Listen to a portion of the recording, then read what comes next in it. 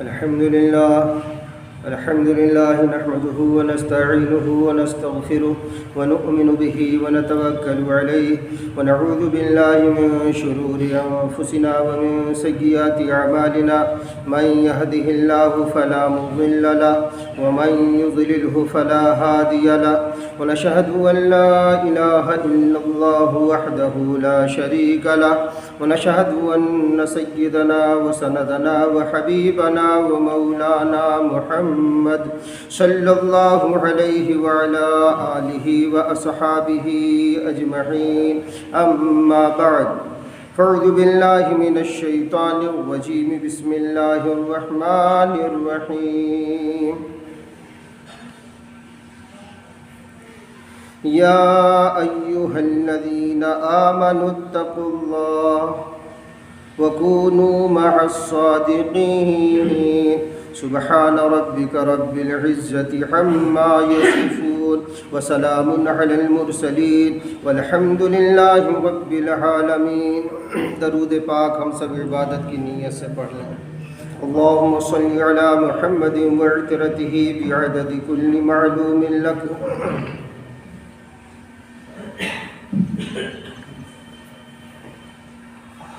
چار ہفتے سے مسلسل ہم سب اللہ کی دی ہوئی توفیق سے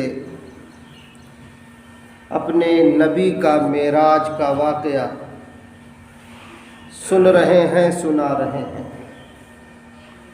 یقیناً محسوس ہوا ہوگا نبی کی محبت بڑھتے ہوئے. افسوس صد افسوس ہے ایسے دلوں پر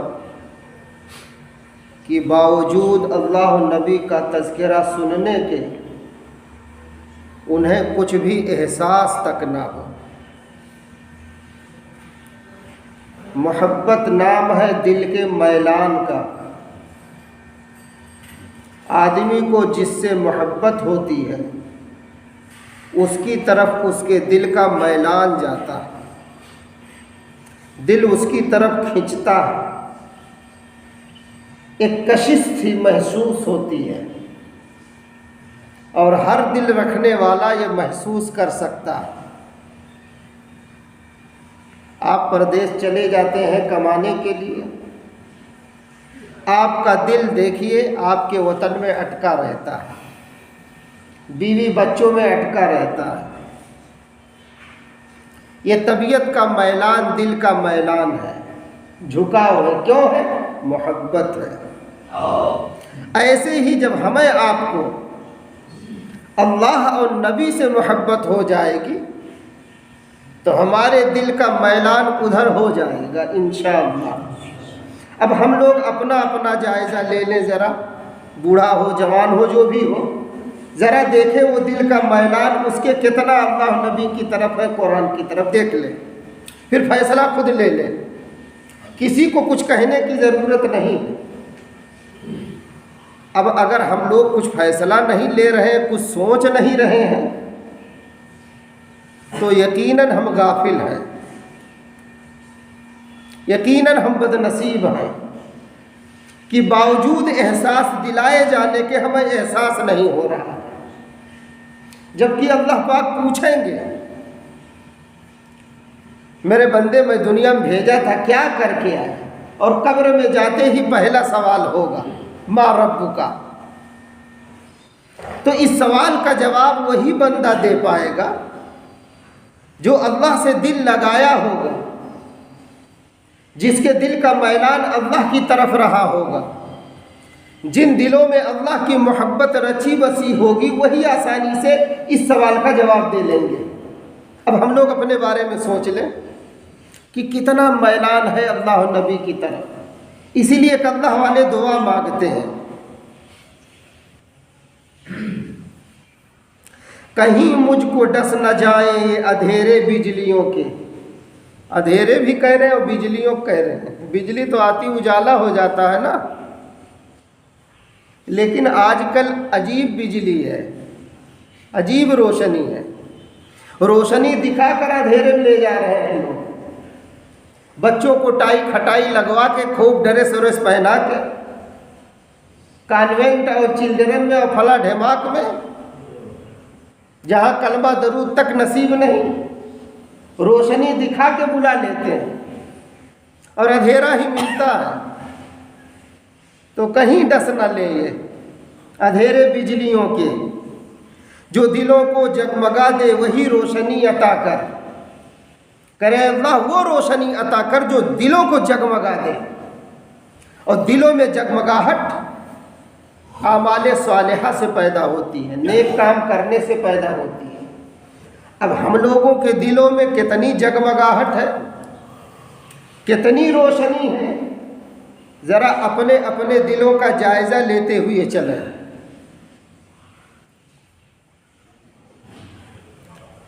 جو براق بن کے پہنچے تیرے در کی رفعتوں تک، جو برق بجلی کی طرح ہے، تیز رفتاری کی طرح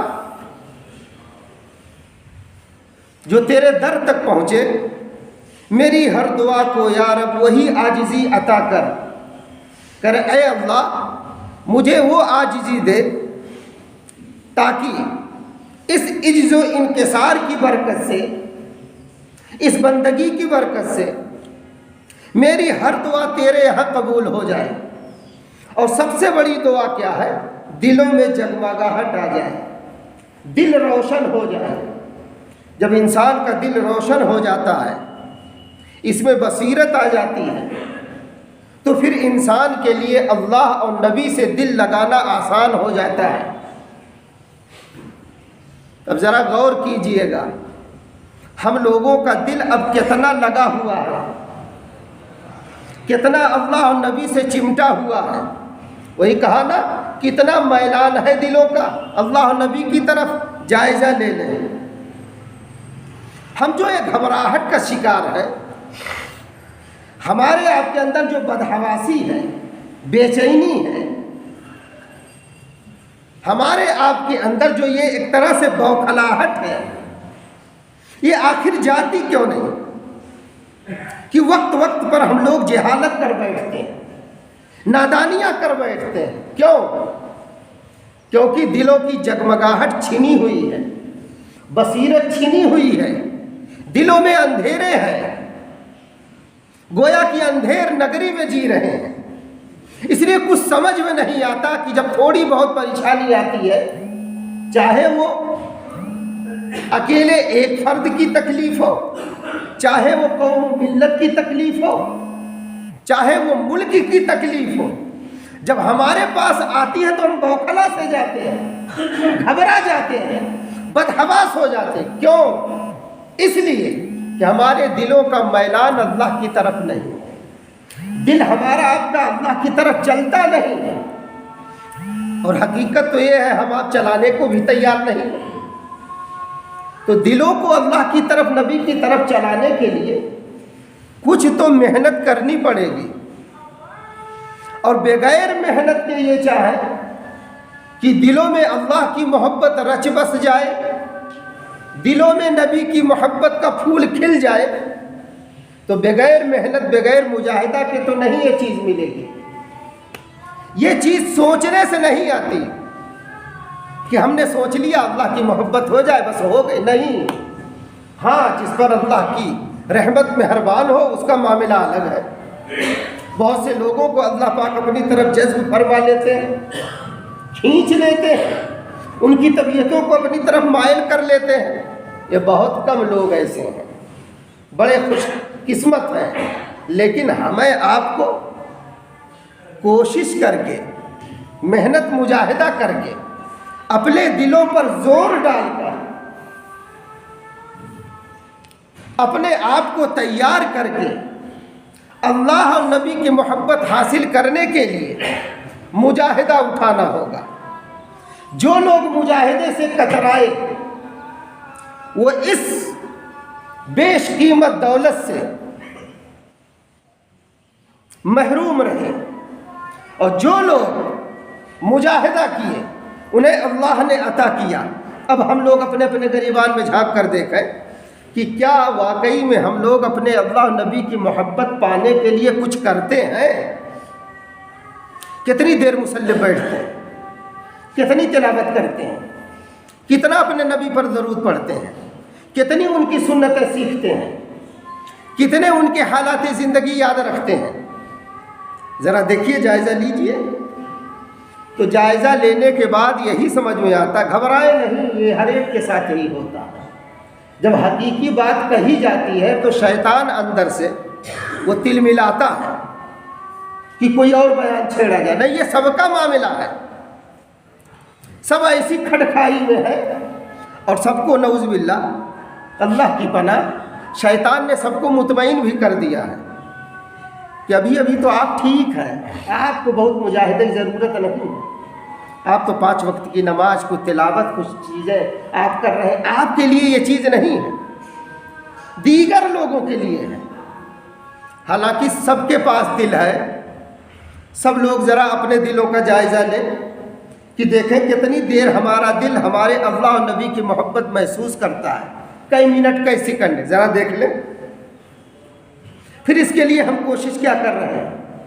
پھر جب سبق دیا جا رہا، بتایا جا رہا ہے کہ یہ چیز سیکھنے کی ہے، یہ چیز سمجھنے کی ہے، یہ محنتوں سے ملتی ہے، تو پھر ہم اس کے لیے بھی تیار نہیں، تو کیا کوئی اور مخلوق آئے گی؟ پھر شکوہ کس بات کا؟ بس خالی ادھر ادھر کی باتیں ہوں. دلوں میں زنگ لگا ہے، دماغ میں دیمک لگا ہے، دن رات گزرتے جا رہے ہیں، قبر کی منزل قریب سے قریب تر ہوتی جا رہی ہے، اور دل کی نگر ڈگر ویسی ہی سونی سونی ہے. جیسے ہم پہلے غافل تھے اللہ اور نبی سے، آج بھی ویسے غافلانہ زندگی گزار رہے ہیں، تو پھر عاقلانہ زندگی کب گزاریں گے؟ عقل والی سمجھ والی زندگی کب گزاریں گے؟ اس لیے دوستو، اس کے لیے چاہیے سب سے پہلے ہم لوگ توبہ کر لیں، اور توبہ اس بات کی کریں کہ اے اللہ، آج سے ہم طے کرتے ہیں انشاءاللہ اپنے دلوں کو بار بار آپ کی طرف پھیریں گے. آپ کی محبت حاصل کرنے کے لیے ہم اس پر زور ڈالیں گے، اس پر دباؤ ڈالیں گے، اور ہم محنت کریں گے، مجاہدہ کریں گے، تاکہ آپ کے نبی کی محبت اس میں اتر جائے. کہو انشاءاللہ. جب ایسا بندہ طے کر لیتا ہے اور ایسا کرنے لگتا ہے تو اللہ کی ذات مہربان ہوتی ہے. تو جب اللہ پاک مہربانی کرتے ہیں تو اس کی ایمانی سطح پھر بلند ہوتی ہے. پھر ایمانی سطح کے اعتبار سے، روحانیت کے اعتبار سے اب پرواز کرتا ہے. جیسے معراج ہمارے آپ کے نبی صلی اللہ علیہ وسلم کو ہوئی. انہیں تو دیکھیے معراج مختلف شکلوں میں اللہ پاک عطا کرتے ہیں. جیسے ہمارے آپ کے معراج کے معنی ہے بلندی کے، عروج کے، ترقی کے. ہمارے آپ کے نبی صلی اللہ علیہ وسلم کو اللہ نے عروج عطا کیا عرش پر بلا کر. جبکہ وہی دیکھیے روایت بتاتی ہے، اور آپ نے سنا بھی ہوگا، کہ حضرت یونس علیہ السلام کو معراج ہوئی کہاں؟ مچھلی کے پیٹ میں نزول کر کے، وہاں عروج عطا کیا، بلا کر یہاں نزول کر رہے ہیں، اور مچھلی کے پیٹ میں معراج عطا ہو رہی ہے. انہیں بھی عروج عطا ہوا ہے، انہیں بھی عطا ہوا، فرق ہے. ایسے ہمیں آپ کو بھی اللہ پاک معراج عطا کریں گے، ترقی عطا کریں گے. کب؟ جب ہم صحیح معنوں میں دلی طور پر اپنے آپ کو گناہوں سے بچانے کی فکر کر لیں گے، اللہ اور نبی کی محبت اور ان کا تعلق حاصل کرنے کے لیے جب اپنے آپ کو تیار کر لیں گے، تب انشاءاللہ اللہ پاک ہر کھٹکھائی سے نکال کر ہر ان تمام جگہوں سے ہمیں آپ کو کھینچ کر اپنی طرف لائیں گے. کیونکہ ہم نے طے کر لیا ہے کہ اللہ آپ مل جائیں. ہم آپ کو چاہتے ہیں، یہ دل آپ سے لگانا چاہتے ہیں.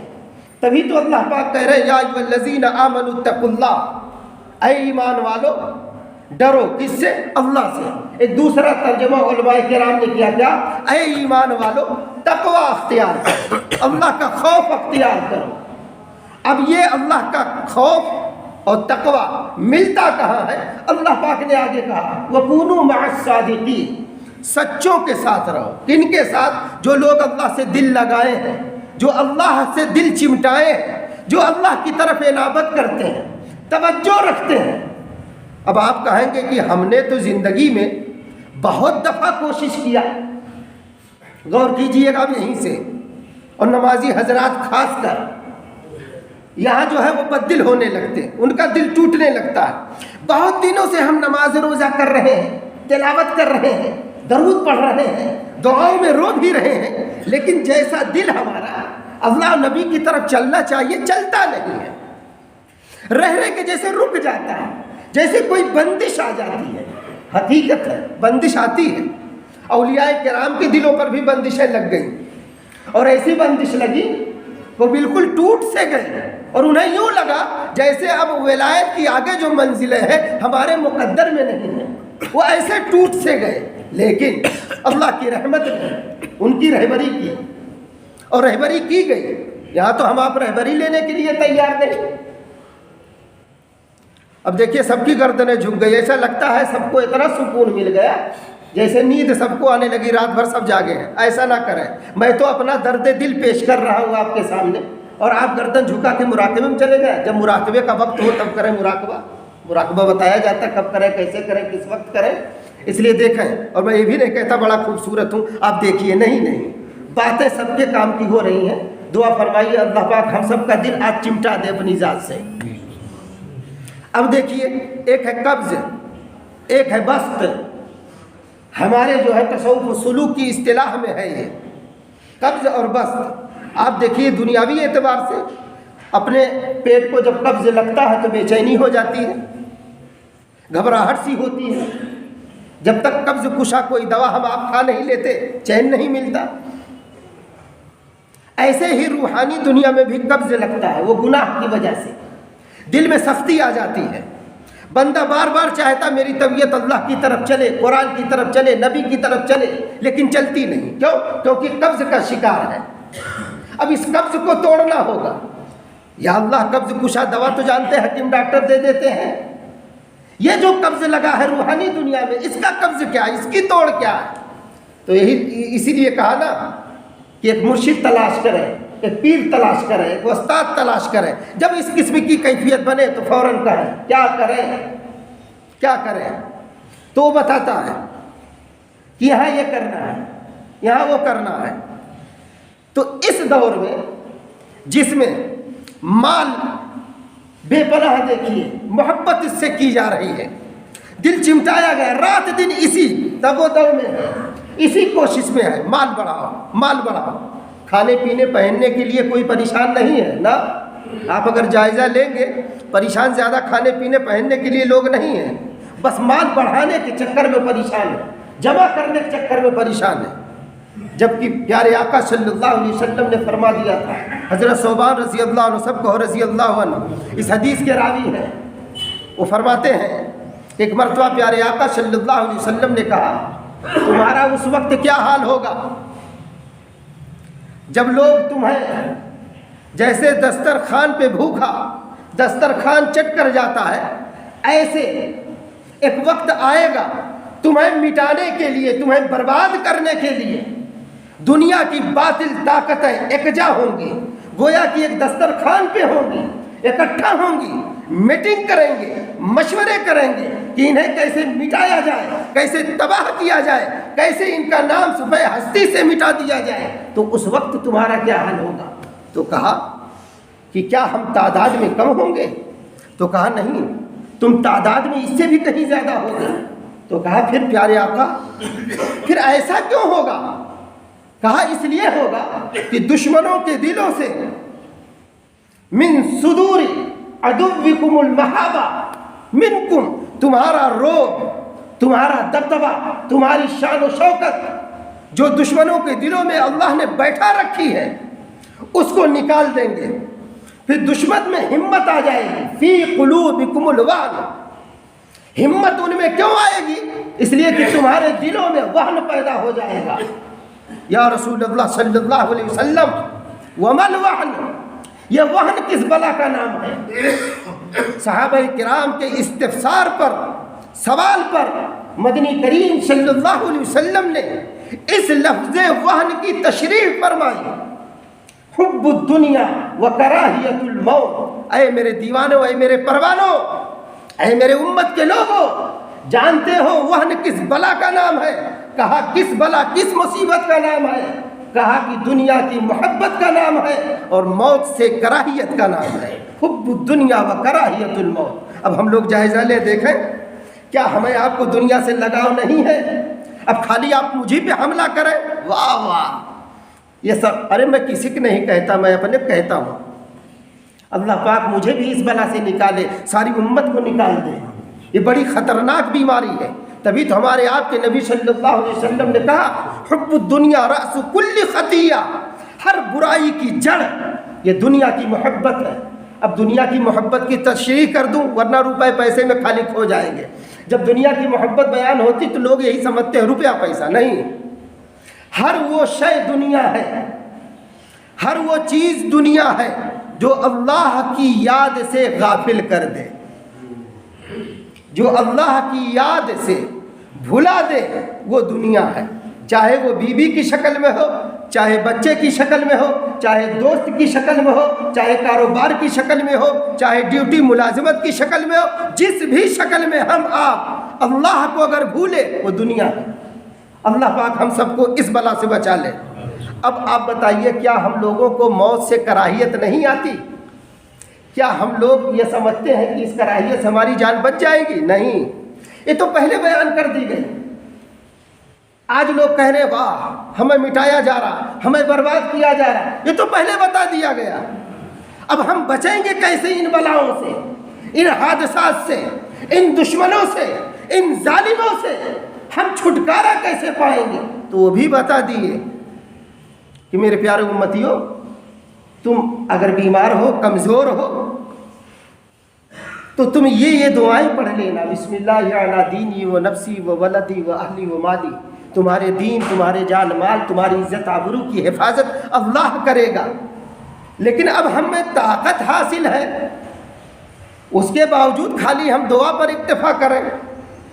کوئی مریض تڑپ رہا ہے، اس کے پاس پیسے نہیں ہیں، اب ہم کہیں اس کے لیے دعا کریں گے؟ نہیں، اس کی مدد کرو، نہیں تو اللہ پاک اتنا پٹائی کریں گے نا کہ دماغ تمہارا ٹھکانے لگ جائے گا۔ جیب میں پیسہ رکھے ہو، خالی دعا سے کام چلانا چاہیے، دعا سے اسے دوا مل جائے گی۔ ماں تڑپ رہی ہے، بیمار ہے، اور کہتے ہو امی ہم جا رہے ہیں 2 رکعت پڑھیں گے، تاکہ سوچتے ہو پیسہ نہ خرچہ کرنا پڑے گی۔ کیوں؟ کیونکہ ماں باپ پہ پیسہ خرچہ کرتے ہو تو بیوی لڑتی ہے، کہتی ہے کہ خالی ماں یہ باپ ہے، ہم نہیں ہیں، تو 2 رکعت یہاں نہیں کام دے گی، یہاں لے جاؤ اٹھا کے ہاسپٹل، دوا دلاؤ، صدقہ کرو۔ لیکن صدقہ دیتے ہی جان نکلتی ہے۔ 5000 کی دوا اور ساری رپورٹیں ماں کے لیے خرید لے گا، باپ کے لیے خریدے گا، بہن بیوی کے لیے خریدے گا، اور 100-200 کا صدقہ نہیں دے گا، وہ بھی 10-20 روپیہ نکالے گا، سب سے پھٹی نوٹ، سب سے گلتہیا نوٹ، جو پھینکنے قابل ہو، چلنے لائق نہ ہو، وہی دیکھے گا۔ کسی نے سچ کہا، مری بکری اللہ کے نام، کسی نے سچ کہا۔ ہم لوگوں کا حال ایسا ہے، کیا اللہ کے لیے جی رہے، نبی کے لیے جی رہے ہیں؟ صدقہ کر کے دیکھو، ساری بلائیں ٹل جائیں گی، بدحواسیاں ختم ہو جائیں گی، حتیٰ کہ موت تک ٹل گئی۔ اب اس میں تھوڑا سا پڑھے لکھے لوگ اشکال کر سکتے ہیں کہ کیا صدقہ دینے سے موت ٹل جاتی ہے؟ نہیں، موت نہیں ٹلتی، لیکن بلائیں ٹل جاتی ہیں۔ ہاں، کبھی کبھی کچھ تقدیر ایسی، جیسے تقدیر مبرم، تقدیر معلق، یہ الگ بحث ہے، اس بیان میں نہیں چھیڑنا چاہتا۔ الگ سے اگر کوئی صاحب تقدیر کا مسئلہ سمجھنا چاہے تو وہ سمجھ سکتے ہیں، اس پر مناسب نہیں۔ سنیں، صدقہ بہت فائدہ دیتا ہے، اور صدقہ، صحابہ نے پوچھا ایو صدقتی اعظم اجرا، یہ پیارے آقا صلی اللہ علیہ وسلم، اجر کے لحاظ سے سب سے بڑا صدقہ کیا ہے؟ تو حدیث بہت لمبی ہے، اس میں 2 الفاظ آئے ہوئے ہیں، ایک صحیح کا اور ایک شہی کا، یعنی ایک سواد سے صحیح ہے اور ایک شین سے، بڑی شین سے شہی ہے، دونوں میں فرق ہے۔ محدثین نے اس پر کلام کیا، کیا جو لفظ صحیح ہے وہ تندرستی کی حالت کو لیا ہے، اور جو لفظ شہی ہے یعنی بڑی شین سے، اس کے بارے میں یہ کہا ہے کہ صدقہ اس وقت کا سب سے افضل ہے، سب سے زیادہ اجر کا درجہ رکھتا ہے جب تم تندرست ہو، اور شہی سے مراد یہ ہے جس وقت تمہارے دل میں مال کی محبت بھی ہو اور مال کی ضرورت بھی ہو، ایسے وقت میں اپنی ضرورت کو تھوڑا دبا کر اور محبت کو تھوڑا دبا کر مال کی پھر جب صدقہ کرتے ہو، ایسا صدقہ اللہ کو بڑا پسند ہے۔ سبحان اللہ۔ اب دیکھیے کبھی کبھی کیفیت ایسی ہوتی ہے ہاں کہ جیب میں ڈالیے یا کباڑ میں ڈالیے ہاتھ، تو ایسا لگتا ہے اگر اس کو دے دوں گا تو میری ضرورت فلاں فلاں رک سکتی ہے۔ دیکھیے آپ کیفیت بنی ہوگی کبھی، اگر ایسے وقت ہم آپ دے دیے اللہ کی دی ہوئی توفیق سے، تو ہمارے آپ کے نبی صلی اللہ علیہ وسلم کہتے ہیں یہ بہت بڑا اجر اور بہت بڑا درجہ رکھتا ہے۔ لیکن سنیے، ایک نوجوان صحابی تھا، اب صدقے کی بات آ گئی، پوری کر دوں تھوڑی سی، 3-4 منٹ ہے۔ ایک نوجوان صحابی تھا، بڑا خوبصورت تھا۔ فرشتے نے آ کے کہا، یہ امام ربانی مجدد الفسانی رحمۃ اللہ علیہ نے اپنے مکتوبات میں بہت تفصیل سے واقعہ لکھا ہوا ہے، تفصیل کا موقع نہیں، بس شارٹ کٹ میں بتا دیتا ہوں۔ تو فرشتہ آیا اور کہا، پیارے آقا صلی اللہ علیہ وسلم، یہ جو نوجوان صحابی آپ کے امت کا ہے یہ کل مر جائے گا، آج کی رات مر جائے گا۔ تو پیارے آقا صلی اللہ علیہ وسلم کو بڑی حیرت ہوئی اور اس کی نوجوانی پر ترس آنے لگا۔ تو پوچھا، چونکہ آپ کو ہمارے آپ کے ماں باپ سے بھی زیادہ ہم سے آپ سے ان کو محبت تھی آپ صلی اللہ علیہ وسلم کو، اس لیے بڑا ترس آ رہا، بڑا رحم آیا۔ بلایا، کہا تم کیا چیز پسند کرنا چاہتے ہو؟ فرض کرو آج تمہارا دنیا میں آخری دن ہو تو تم کیا چیز پسند کرنا چاہو گے؟ تو اس نوجوان نے کہا کہ یہ خوبصورت نوجوان لڑکی سے میری شادی ہو جائے۔ کہا وہ دوسری پسند؟ کہا حلوہ مل جائے، حلوہ، وہ کھانے والا حلوہ، میٹھا میٹھا، ہپ ہپ ہے نا، کڑوا کڑوا تو نہیں، یہ میٹھا میٹھا۔ کہا حلوہ، اس کو بہت پسند تھا۔ تو کہا کہ اچھا ٹھیک ہے، لاؤ بھائی کس کے پاس خوبصورت لڑکی، پتہ لگائی گئی، اس کا نکاح کر دیا گیا اور کہا حلوہ تیار کیا جائے۔ تو حلوہ جب تیار کیا گیا تو شب زفاف جہاں گزارنی تھی اسے، سہاگ رات جس کو ہم آپ اپنی زبان میں کہتے ہیں، اس کمرے میں وہ حلوہ پورا تشت بھرا بھجوا دیا گیا۔ اتنے میں وہاں ایک فقیر آیا تو کہا، راہ خدا میں دے دو، میں بہت بھوکا ہوں۔ اس نوجوان کو اس وقت اللہ و نبی سے بڑی محبت تھی اور صدقے کے بارے میں بھی سن رکھا تھا۔ اب دیکھیے اس کو پسند ہے یہ حلوہ، لیکن یہ صدقہ کر رہا، اس کو پورا حلوہ اٹھا کے دے دیا۔ ادھر صبح میں پیارے آقا صلی اللہ علیہ وسلم مسجد نبوی میں انتظار میں ہے کہ اب موت کی خبر آتی ہے، تب موت کی خبر آتی، اس لیے کہ فرشتے نے کہا تھا آج کی رات مر جائے گا۔ صبح میں لوگوں نے دیکھا کہ ماشاءاللہ نہا دھو کے مسکراتا ہوا نوجوان آ رہا، بیوی سے ملاقات کر کے، ماشاءاللہ کیا پوچھنا۔ پیارے آقا بھی دیکھ کے حیران کہ ارے فرشتے نے کہا تھا، فرشتہ جھوٹ تو بولے گا نہیں۔ آپ نے دعا کیا، وہی آئی، کہا یہ سچ ہے کہ اس کی آج رات موت کا فیصلہ تھا، لیکن اس نے اپنا پورا حلوہ اٹھا کے صدقہ کر دیا تھا، ایک غریب فقیر کو دے دیا تھا۔ وہ صدقہ اللہ کو اتنا پسند آیا کہ اس کی موت بھی ٹال دی گئی۔ سبحان اللہ۔ اور جب اس کا بستر اٹھایا گیا تو دیکھا گیا ایک موٹا سا کالا اژدہا بڑا سا وہیں بستر میں مرا ہوا ملا تھا۔ صدقے کی برکت سے جب ایسے ایسے حادثات سے اللہ پاک بچاتے ہیں تو ہم آپ جب کریں گے تو ہمیں آپ کو نہیں حادثات سے بچائیں گے۔